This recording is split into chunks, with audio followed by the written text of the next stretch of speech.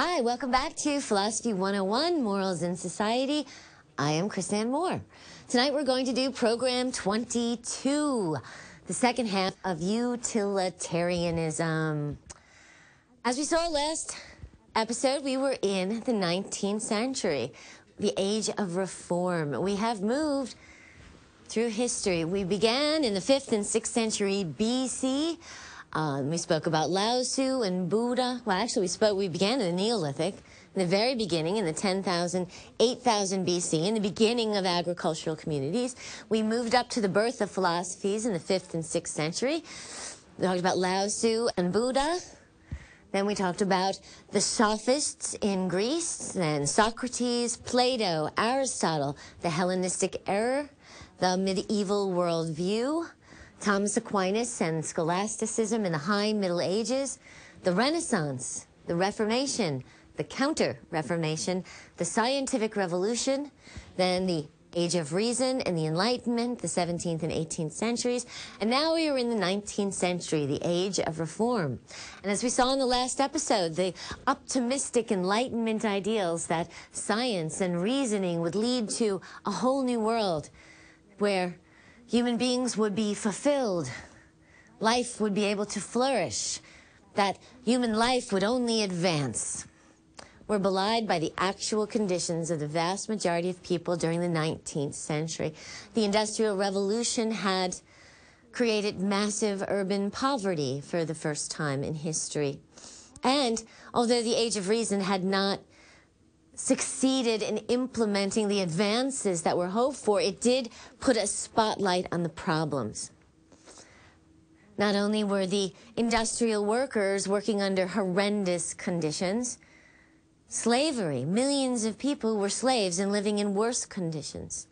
And the realization of human suffering also opened up the idea that the condition of women was vastly unjust. Women were little more than property, denied the right to vote, denied the right to property, denied the right to inheritance, indeed denied the right to their very own children, should they be divorced. They could not even inherit the lands that their own labor had nurtured. Inheritance went to the son. And although we like to believe that all sons care for their mothers, that is not the case. Sometimes women found themselves evicted from the very land that their labor had cleared and prospered. This injustice was brought to light. There were the injustices of child labor. There were the problems of alcoholism with the temperance movement. So the abolition of slavery, the child labor movement, the temperance movement, the women's rights movement. There were massive movements that sought to alleviate human suffering and promote human flourishing. And Jeremy Bentham did actually develop a moral theory that provided a motivation for human beings to work on social and political reform that was divorced from any divine command theory and was based solidly in reasoning. Because as we saw, our previous moral theories, although they were quite eloquent in most cases in determining what should not be done, they often failed to say what should be done. Do not harm. But there was little impetus to do the good, to help others. In fact, of all the theories that we've looked at, only Judeo-Christian ethics really said you must help others who are suffering, strangers who are suffering, and extend that concern beyond the self and the family and the immediate community. But even though Judeo-Christian ethics proposed this, in fact insisted upon it, the reality of the Christian churches in the 19th century, Christian and Catholic, and Catholic when I say Christian, was often quite different. In fact, the Protestant work ethic had put forward that if one works hard and was virtuous, one would prosper. Therefore, if one was poor, it was their own fault. Therefore, one had no need to help the poor. Malthusian principles took this even a step further, and they said, well, if we do help the poor, they'll have more children. The population will boom. The population will outgrow the food supply and we'll all suffer. So we shouldn't help the poor. So Jeremy Bentham, in order to refute the Protestant work ethic, in order to refute Malthusian principles, wanted to develop a moral theory that encouraged people to help others. In fact, demanded that people help others, that people be concerned more than their own pleasure and happiness, be concerned with more than just not harming, but be concerned with helping others. Bentham actually said morality is nothing if it does not promote human flourishing and alleviate human suffering. And so, Jeremy Bentham developed utilitarianism. And he based his reasoning on simple hedonism. Now, hedonism is the observation that human beings pursue pleasure and avoid pain. A simple truth. Now, ethical hedonists take this a bit further. They say not only do human beings pursue pleasure and avoid pain, they ought to. They should. Pleasure and pain determine right and wrong, good and bad for human beings. Therefore, it is ethical to pursue pleasure and avoid pain. But Bentham took this a step further. He said one cannot be ethical by simply pursuing their own pleasure and avoiding pain for themselves. One cannot even be ethical by simply pursuing pleasure for those they care about and avoiding pain for those they care about. True morality is based on pursuing pleasure and avoiding pain for as many people as possible. Now, we may not be able to solve all suffering. We may not be able to prevent pain for all people. But what is good is that which brings the most pleasure and the least pain to the greatest number of people. In fact, he developed the principle of utility as the basis of his theory. Now, the word utility had been used by David Hume. David Hume, the British empiricist, who had actually said that morality was sentiment, and who made Immanuel Kant so very angry by doing that. But David Hume had also said that that which brings pleasure and happiness to others as well as oneself is an act that has utility. But Hume never developed this into a moral theory. Bentham did. And the principle of utility is simply always act to promote the greatest happiness for the greatest number. The principle of utility is called the greatest happiness principle. And so, based on this reasoning, Jeremy Bentham defined the good in utilitarianism as what brings the greatest pleasure and the least pain for the greatest number. Now, as I talked about at the end of the last episode, Bentham needed to convince people that they should pursue pleasure for more than just themselves or their loved ones. In other words, he had to show them, he believed, that it was in their self-interest to do so. He had to provide a justification for the good in his theory, as we have seen all of the philosophers have done. And for Bentham, why pursue the greatest pleasure and the least pain for the greatest number? Well, the justification for the good is we can never be happy or safe while so many others suffer. Think about that for a second. We can never be happy or safe while so many others suffer. Now, at first glance, this may seem extravagant. But actually, if we examine this proposition more closely, you'll find that it does appear to contain a great deal of truth. Let me tell you a simple fact. Over 1 million children each year are sold into the sexual slave trade in Asia alone. 1 million children each year. A UNICEF worker describes the conditions thus of one brothel that he visited. Girls were kept there in locked, small 4x4 rooms without windows. They were made to service 15 to 20 men daily for pay of less than $1 a day. These girls, as young as 6 years old, were subjected to rape, torture, violence, abuse, and life-threatening diseases. It is a life of slavery without hope. Now, considering this description and this fact may make you rethink your determination about the legalization of prostitution, because indeed In Asia, prostitution is often legal, or where it is not, it is ignored. It might as well be legal. And this is one of the results of that. But more importantly, I bet that bothered you. I bet when I read that hurt you in some way. That it was basically and personally disturbing to you, even though you don't know any of these girls. Why is that? Because we do care. Thank goodness, we do care. It hurts us to know that other human beings are hurting. It bothers us to hear of the pain and suffering of others in a deeply personal way.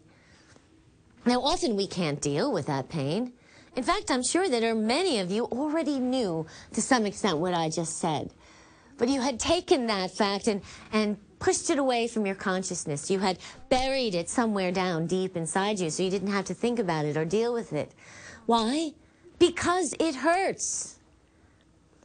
And because sometimes we don't think we can do anything about others' pain, and so we don't want to think about it. Or we are so caught up in just trying to survive ourselves that we can't think of others' pain. Or we are hypnotized by our own desires, and so we want to stay in our sleep just a little longer and not be made aware of such things. But the fact is that denial, hypnotism, and sleep do not make for a happy life. Every time that you decide not to know about some kind of suffering that harms you, every time you cut out a piece of your own heart and you put it away. You lock it away in a closet in your own psyche. But as you lock away pieces of your heart, you numb yourself. As we lock away our knowledge of suffering of others that hurts us, we damage ourselves. Every little piece of sleep, every little bit of hypnosis, every little bit of denial takes away from our vitality, our life, our joy, until we become numbed out, until we feel we need to be numbed out, until we can do little more than smoke and drink and watch TV and numb ourselves out as much as possible because our consciousness hurts too much. So, the fact is, other people's suffering does hurt. It hurts us emotionally, and it damages us psychologically.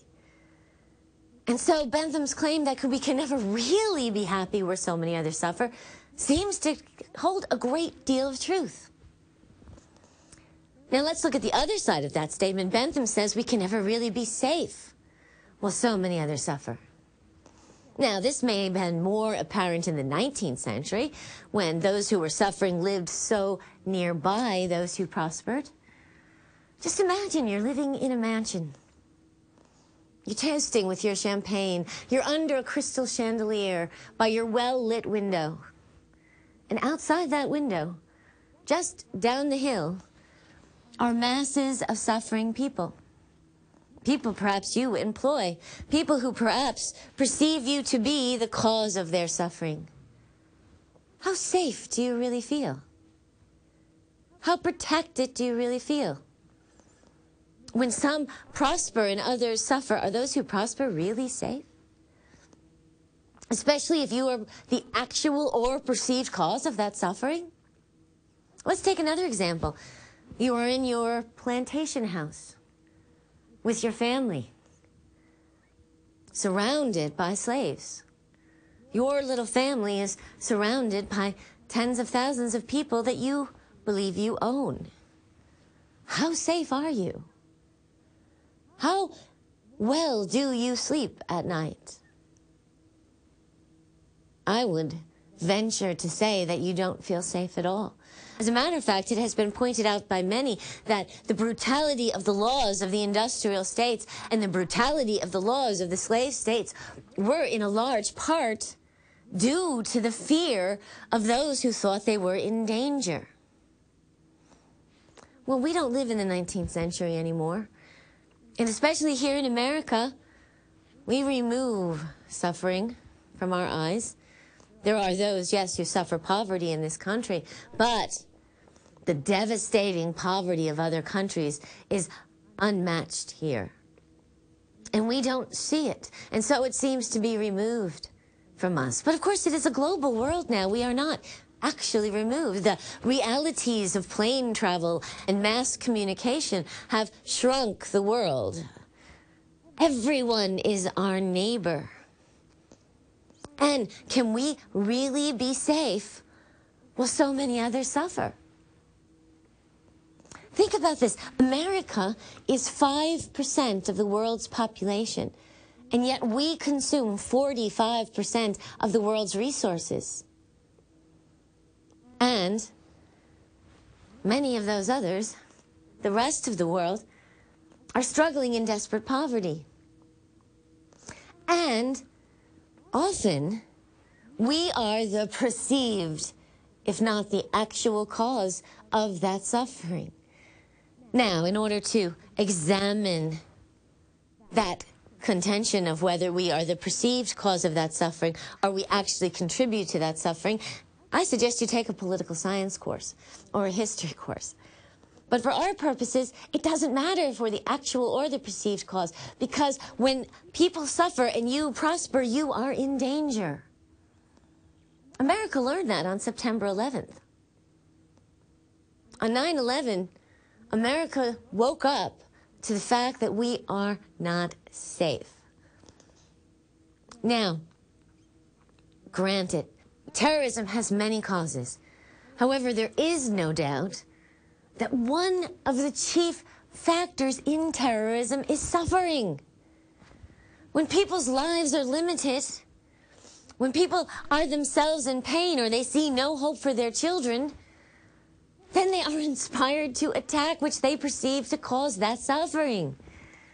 People who have beautiful, bright futures and chances at education and assured their children will be fine do not strap bombs on themselves and blow up buildings. Not for the most part, they do not. And therefore, Bentham has really given us a powerful and persuasive argument.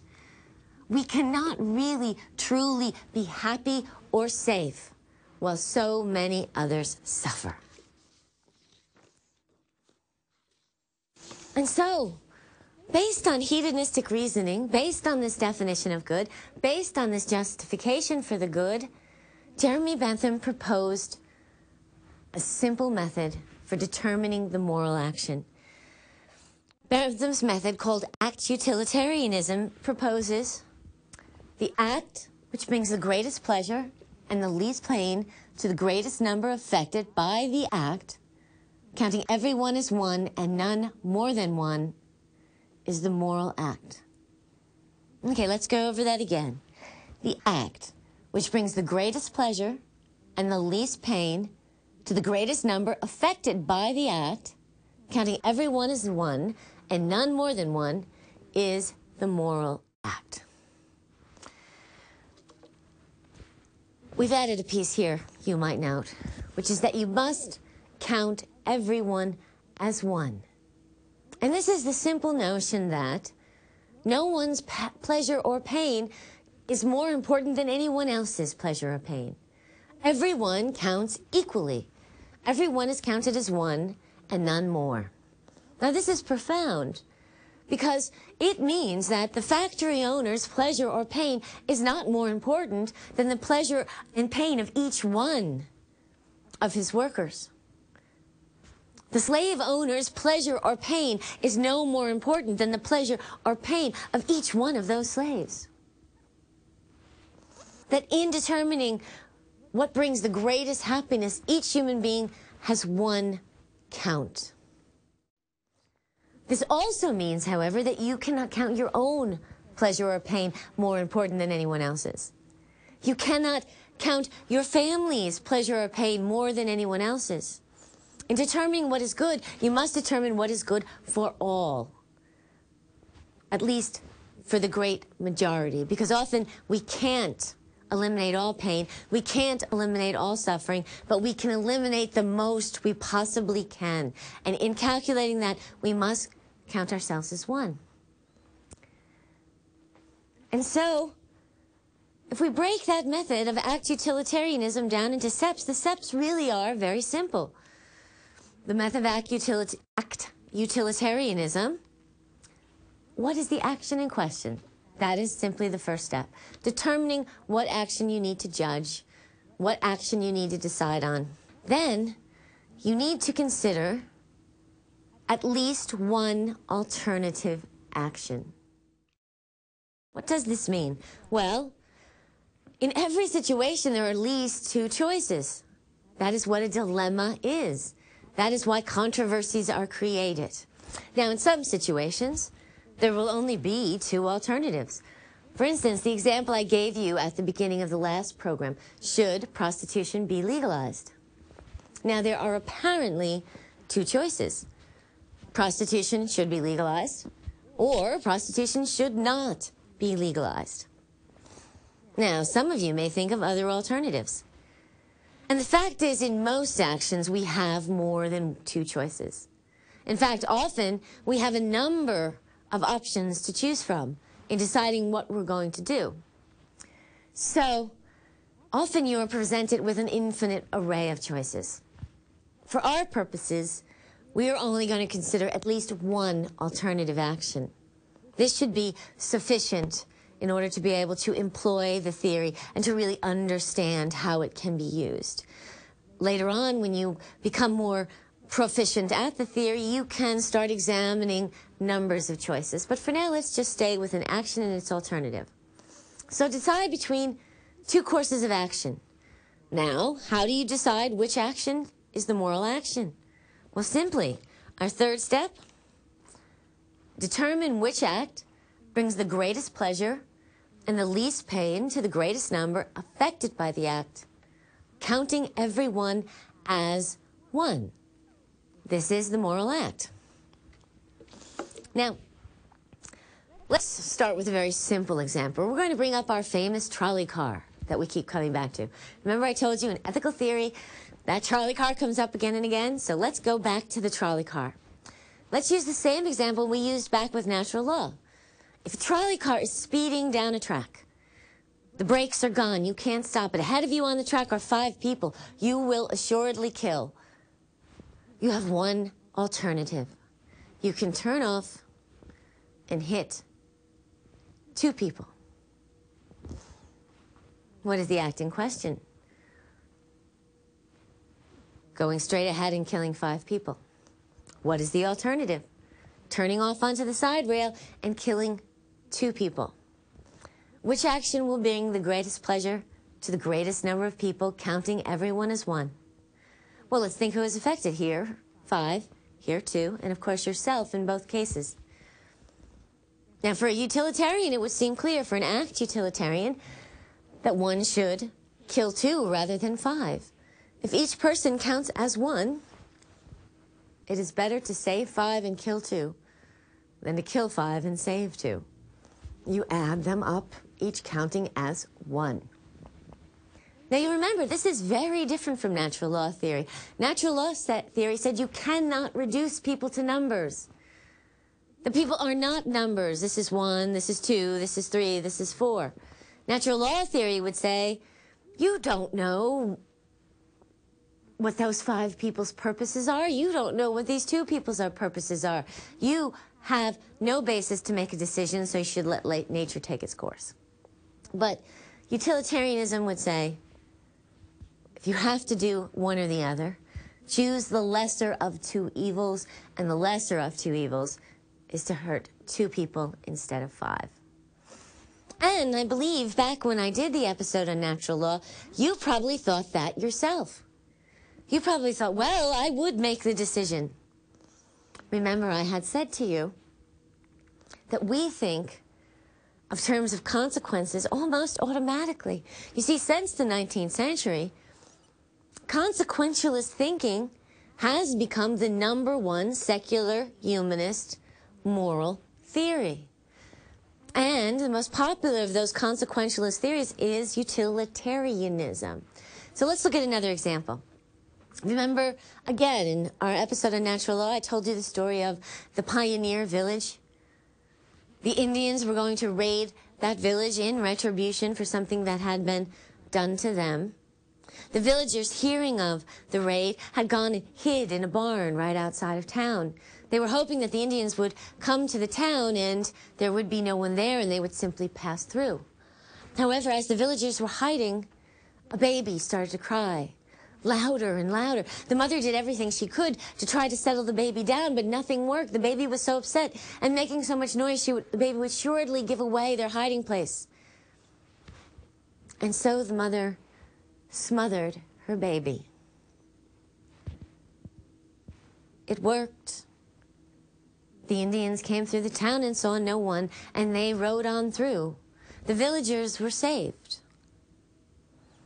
Is what the woman did moral? Well, the act, of course, is killing an innocent baby. What is an alternative act?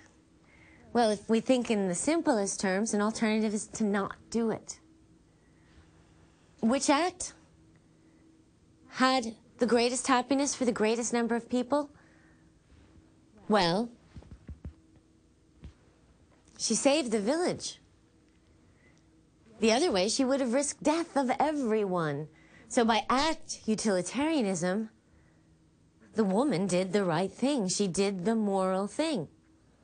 Sacrificing one to save many is moral in utilitarianism. Now, if you'll remember, in natural law theory, it was not moral. In natural law theory, one cannot kill an innocent, no matter how much good you believe it will do. One cannot kill even one innocent if it would save the world. Innocence cannot be harmed. It is immoral. In utilitarianism, the good is what is good for the most people.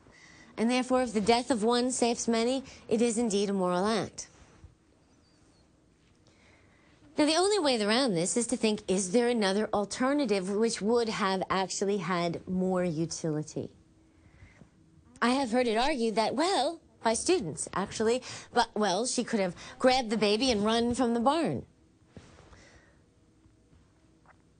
Now, perhaps this act would have had more utility if one can really argue that she would have made it to the woods,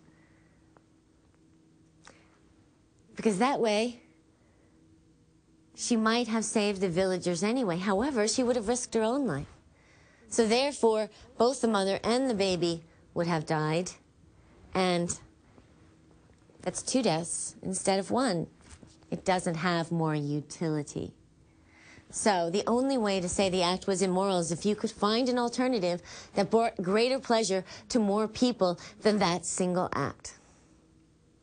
It's a difficult situation. It's a difficult judgment. This is where, when we think, for instance, imagine that you are on a life raft, out at sea, lost at sea, on a life raft. There are 8 of you. Unfortunately, the life raft only holds 6 people.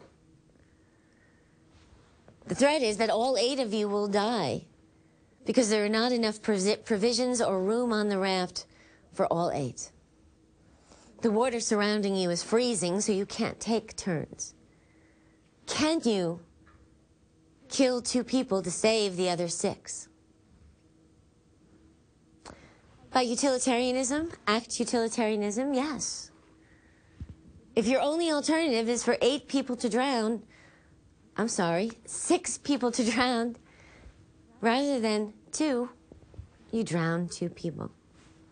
Whatever is best for the most people is the correct thing to do. And we often think this way, that sometimes there are terrible losses that must be suffered, but if those losses benefit the many, then they must be ultimately good. However, act utilitarianism does present some problems once you begin to investigate it. Although it is actually how many of us actually do think. We think in terms of consequences and we weigh consequences. And if we feel that we're going to be just and impartial, and we consider ourselves as one with everyone else, we think that is immoral. We think that is moral. In fact, Bentham's reasoning is incredibly persuasive. It is true that most human beings pursue pleasure and avoid pain. It does seem correct that if pleasure is the good and pain is the bad, that what must be ethical is the most pleasure and the least pain possible. It does seem completely rational that in calculating the most pleasure and the least pain possible, that everyone should count as one. This is reasonable. This is supported by Kantian ethics. Human beings are equally rational and therefore equally deserving of respect and dignity. Each person is one. This is supported by divine command theories that say that all human beings are made in God's image. Therefore, all human beings should count as one. This is supported by human rights, by the proclamation that equality is an a priori idea. And so, utilitarianism is profoundly persuasive. In fact, it has not only been an incredibly influential theory in the West, utilitarianism, or a theory almost exactly identical to a utilitarianism, was proposed in China in 480 BC. A philosopher by the name of Mao Tzu proposed a theory with this reasoning and the methods of utilitarianism. Mao Tzu was angered by what he perceived as the elitism of Confucianism, and equally angered by the detachment proposed by Taoism. Mao Tzu also said that morality must promote human flourishing and alleviate human suffering. And Mao Tzu also said that what is moral brings the greatest happiness to the greatest number of people. That is the moral act. And so that is why utilitarianism has had such influence and holds such sway. But as I said, there are problems when one really begins to examine the conclusions that the reasoning of act utilitarianism leads to. Let's take an example. For instance, let's say I go to my doctor. I have a cold. I'm not feeling good. I want some antibiotics. Well, let's say my doctor kills me for my organs. But in doing so, 2 people get lungs, 2 people get kidneys, 2 other people get corneas, another person gets a heart, one person gets a liver, another person gets a heart. What if by killing me, my doctor actually saves the lives of 20 people? Or significantly improves their lives in such a dramatic way? Well, act utilitarianism would find this a moral act. If by sacrificing me, 1, 20 are saved, are flourishing because of that one sacrifice, it is moral. And yet, there seems to be something intuitively wrong with this calculation. Some of us would even be repelled by that calculation. See, there seems to be something wrong here. Let's look at another situation that will highlight this problem. This is actually a situation that you will find in many ethics books. It's a modification. What if by unjustly treating one person I can save many? Well, it would seem by act utilitarianism that I can. For example, in the 70s, there were race riots and looting and burnings of cities. Let us say that one of these race riots is occurring. And it is occurring because an African-American man has been unjustly accused of a crime. Or at least those in the community believe he is unjustly accused and have good reason for believing that. And because of that, there is a riot. Businesses are being looted. Buildings are burning. There is rioting on the streets. There is violence in the air. Now, what if I realize that if I accuse a white person of that crime, that I indeed can convincingly say that I witnessed this person committing the crime.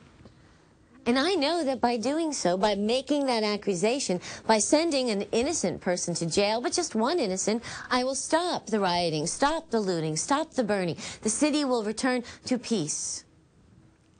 Should I do that?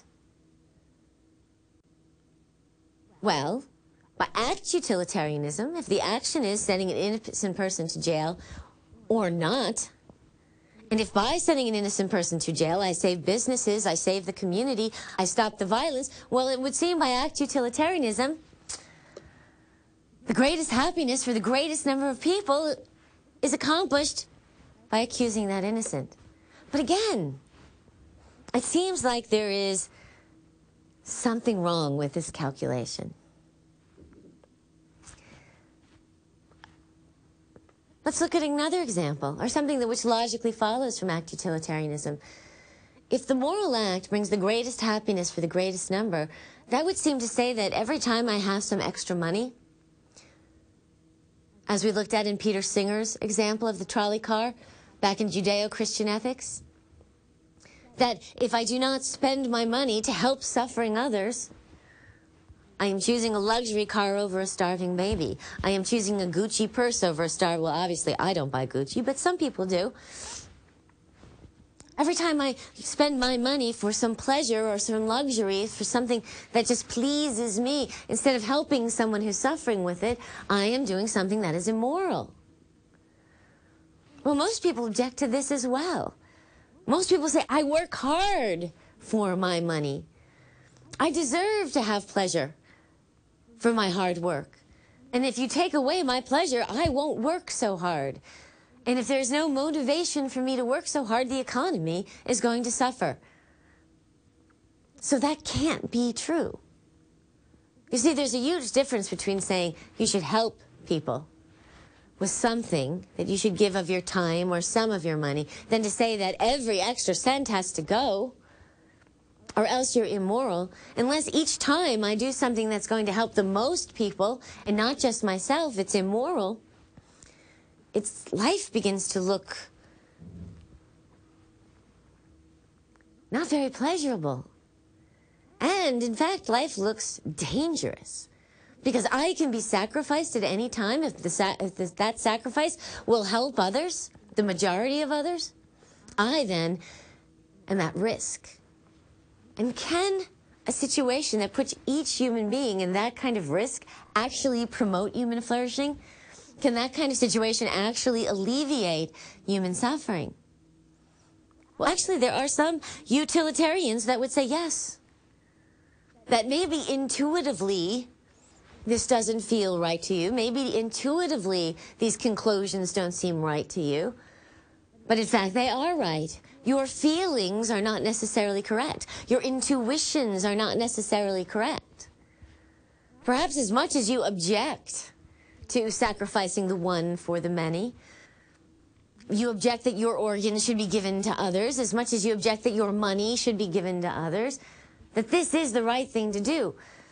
And if we looked at feelings to decide morality, or this intuition, we would only do that which has been culturally inbred in us to do, because feelings are determined by cultural context and education. But there are others who disagree. They say there's something wrong with this theory that allows for the death of innocents, that allows for the sacrifice of people, that allows for injustices to be committed if it happens to help other people.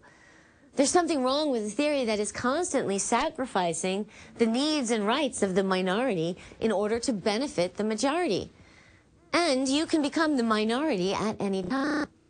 So later, utilitarians following Bentham saw this flaw, and they decided to develop a theory that they thought would at least alleviate some of these problems. These later utilitarians developed a theory called rule utilitarianism. Let's look at rule utilitarianism versus act utilitarianism. Now, for rule utilitarianism, both rule utilitarianism and act utilitarianism have the same definition of the good. The good is that which brings the greatest happiness to the greatest number. They also have the same justification for the good. We can never really be safe or happy when many others suffer. Perhaps we can't prevent all suffering, but we must prevent as much as possible to keep ourselves safe and happy. That is the justification. They have the same reasoning. They are both based on ethical hedonism. But they have different methods. And now let's look at that. As we saw in the method of act utilitarianism, you determine the action and at least one alternative action for our purposes, and then whichever action brings the greatest happiness to the greatest number is the moral act. In rule utilitarianism has... In rule, it's hard for me, it's going to be hard for you too. Rule utilitarianism, rather than looking at the act, we look at what rule that act creates. Or we look at the rule that the act is derived from. In other words, we ask, in the method of rule utilitarianism, what universal rule would the proposed action create? Now, this is very similar to Kant. In a matter of fact, in those cases where you're asked to solve something by Kant and by rule utilitarianism, you can use the same rule. Because both ask you to imagine a world in which your action became a law, a rule. However, in rule utilitarianism, you also have to imagine what rule would an alternative act create. So once again, what is the act? What is the universal rule that act would create? And then, what universal rule would an alternative action create? The reason in utilitarianism we have to think of both acts and alternative acts, rules and alternative rules, is that this is an impossible word. That's why you've never heard of it, even though you use the method. In rule utilitarianism, you have to determine which act or which rule brings the greatest happiness for the greatest number of people affected, counting every one as one. In other words, you have to compare acts. You have to compare rules to find the best one. You're not simply judging a single rule, as in Kant. Once you have determined what universal rule the proposed action would create, what universal rule the alternative action would create, then you must determine which rule brings the greatest utility. And of course, utility is the most pleasure and the least pain for the greatest number affected by the rule. When, of course, everyone who would ever be affected by such a rule is considered. In other words, when you're doing rule utilitarianism, you cannot just look at the consequences of any particular action, of any particular situation. You must imagine what it would be like if this was a rule for everyone for all time. Now, rule utilitarianism comes up with different analyses than does act utilitarianism. For example, let's look at the situation where I went to the doctor. My organs were taken. I was sacrificed, but 20 were saved. By act utilitarianism, this does seem to be a moral act. However, by rule utilitarianism, it would not be. What would the universal rule be? Well, every doctor must sacrifice a patient as long as it will save many other patients' lives. Or you could even make it more general than that. Everyone must sacrifice the few for the benefit of the many. But in this situation, if we made this universal, what if all doctors behave this way? Would that bring utility? Would that bring happiness to the greatest number? No, of course not. The entire medical profession would be undermined. In fact, nobody would be going to doctors. There would be no such thing as a doctor-patient trust. There would be no such thing as a doctor-patient relationship. And therefore, there would be no such things as doctors or patients. Would you go to such a doctor? I wouldn't. So we'd stop. That kind of rule brings no utility. Therefore, rule utilitarianism protects individual rights more than act utilitarianism. Let's look at the other example, the one in which an innocent is unjustly accused of a crime that he did not commit in order to stop the rioting in a city. Well, maybe that particular act may be seen as bringing more utility, but a rule that says everyone must accuse innocence of crimes, if it will bring pleasure to the many, or injustice may be enacted if it will save the city. It won't actually bring utility if it's a rule.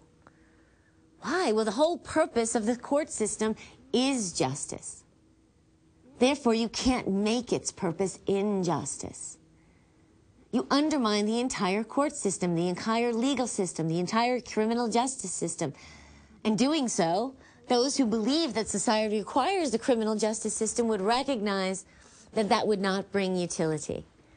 The court system would not work if innocence could be just accused. The point of the court system is determining guilt, actual guilt. Doesn't always succeed perfectly in doing that, but you cannot make a moral rule to undermine that. It would not bring utility. You see, these situations that seem rather intellectual and hypothetical, let's take it down to actually something that does happen. Let's say there is a young mother. She's 24. She has 2 young children, and she's dying of a kidney disease. She's been on dialysis for years, and it's no longer working, and it doesn't seem that she has much time left. And then a kidney becomes available. She's delighted. The family is delighted. But then she discovers that the kidney is going to be taken from someone who is mentally challenged, is in an institution, and it has no ability to make the decision to sign that paper. Now, this may seem fictional, but the truth is there is a huge market, a huge black market in organs in this country. People are deceived or manipulated or pressured into giving up their organs. Is it right for the woman to take that kidney? Well, if we look at it from act utilitarianism, what is the action? Taking a kidney without consent from someone who is mentally challenged to save your own life. What is the alternative? Not taking the kidney and probably dying. Which act brings the most utility? Well, if the organ is taken, the institutionalized person who's mentally handicapped may never know what's been done. They will suffer the pain of an operation, but will probably recover. May not, but will probably recover. And it probably will not have long-term effects on their health unless the other kidney is damaged. If the other kidney is damaged, well, then their life is sacrificed. But again, that's a low probability. On the other hand, the woman's life will be saved. Her family will flourish. She will be able to raise her children. Perhaps she has a business. She has contacts in the community. Her effect is on many. So what is the moral act? By act utilitarianism, to take the kidney. But rule utilitarianism, that act would fail. Because what is the rule? One may steal organs without consent to save one's own life? Or one must steal organs? This cannot bring utility. First of all, it undermines medical care. It undermines the ability to institutionalize anyone. If a family was institutionalizing a family member, or the state was institutionalizing people, and they were subject to be experimented on or to lose their organs, and that was a public universal rule, because it has happened, but once it becomes a public universal rule, it is undermined. The rule does not bring utility, although the act did. This is why to look at, can an act be universalized? And if it were universalized, would it bring the greatest happiness to the greatest number? Is a more effective, often, analysis of the utility of any particular action. But even then, sometimes the universal rule will impinge on individual rights. Individual rights can be sacrificed if it can be said to help the many. You might have noticed before, although a rule that says doctors can just take organs in order to save many other patients would undermine medical practice. But in general, the idea that the few can be sacrificed for the many can bring utility, and often has been used to justify impinging on the individual rights or human rights of individual human beings. In fact, utilitarianism doesn't recognize individual rights. Utilitarianism doesn't recognize human rights. Utilitarianism only recognizes what brings the greatest benefit to the greatest number of people. And when it is perceived that some need to be sacrificed for the many, many utilitarians will take that route. Often, remember in natural law, we talked about the bombing of Hiroshima and Nagasaki. Often those who argue that those bombings were moral are arguing from a utilitarian point of view. They're saying that more people were saved than were harmed. Yes, the harm was vast and vicious and devastating, but ultimately more people were saved than harmed. You have to see if you agree with them, but the analysis is a utilitarian consequentialist analysis. But some strange things have been done in the name of utilitarianism, in the name of general happiness, in sacrificing the few for the many, or claiming to. Some of you may have heard of the Tuskegee syphilis experiments. In the Tuskegee syphilis experiments, 400 African-American men who had syphilis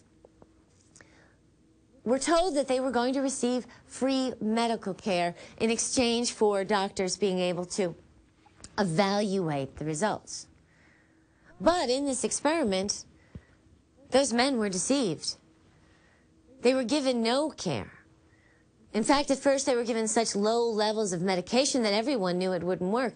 Later, they were simply given aspirin. What the doctors were actually doing was observing the effects of syphilis on them over time as it degenerated their bodies and minds. And over that time, 19 of their children were born with congenital syphilis. Over that time, many died. Over that time, family members were infected. And yet the doctors argued that the information gained by this experiment would help them in curing syphilis, would move medical science forward. And so these 400 men were sacrificed to that. Now, there are others who say that that experiment was never going to bring that kind of information. It wasn't designed to really help. The experiment wasn't helpful at all. But those who make that argument are seeming to say, if it had been helpful, it would have been okay. But there are others who would say it was never okay. Even if the results of that experiment on those 400 men helped thousands of people with syphilis, it was still wrong because it was a violation of their fundamental rights. Now let's look at rule utilitarian analysis.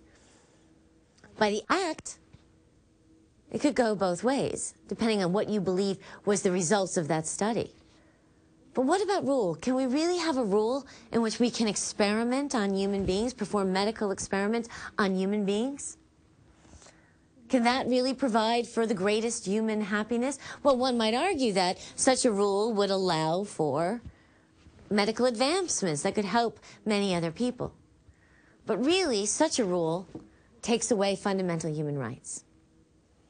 As a matter of fact, in Hitler's Germany, they began by experimenting on the mentally handicapped. They began experimenting on children with Down syndrome, children who at that time called retarded. They began with the handicapped, but they moved on to homosexuals and Jews and gypsies. You see, a society which undermines fundamental human rights, it can be argued, cannot be a society which flourishes. A society which is willing to endanger or treat its citizens of objects cannot flourish. So, act and rule utilitarianism, although in many ways they seem to coalesce with our common sense notions of morality, both act and rule utilitarianism provides fundamental problems. Let's look at the flaws in utilitarian theories. The needs or rights of the individual or group are sacrificed for the benefit of the many. We just went over that. But another flaw, the problem of majority rule. Are the feelings and needs of the majority really always more important than the minority?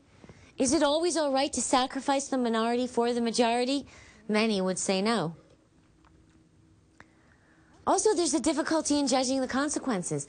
Can we really know the consequences of our actions? Can we really calculate what our consequences are going to be?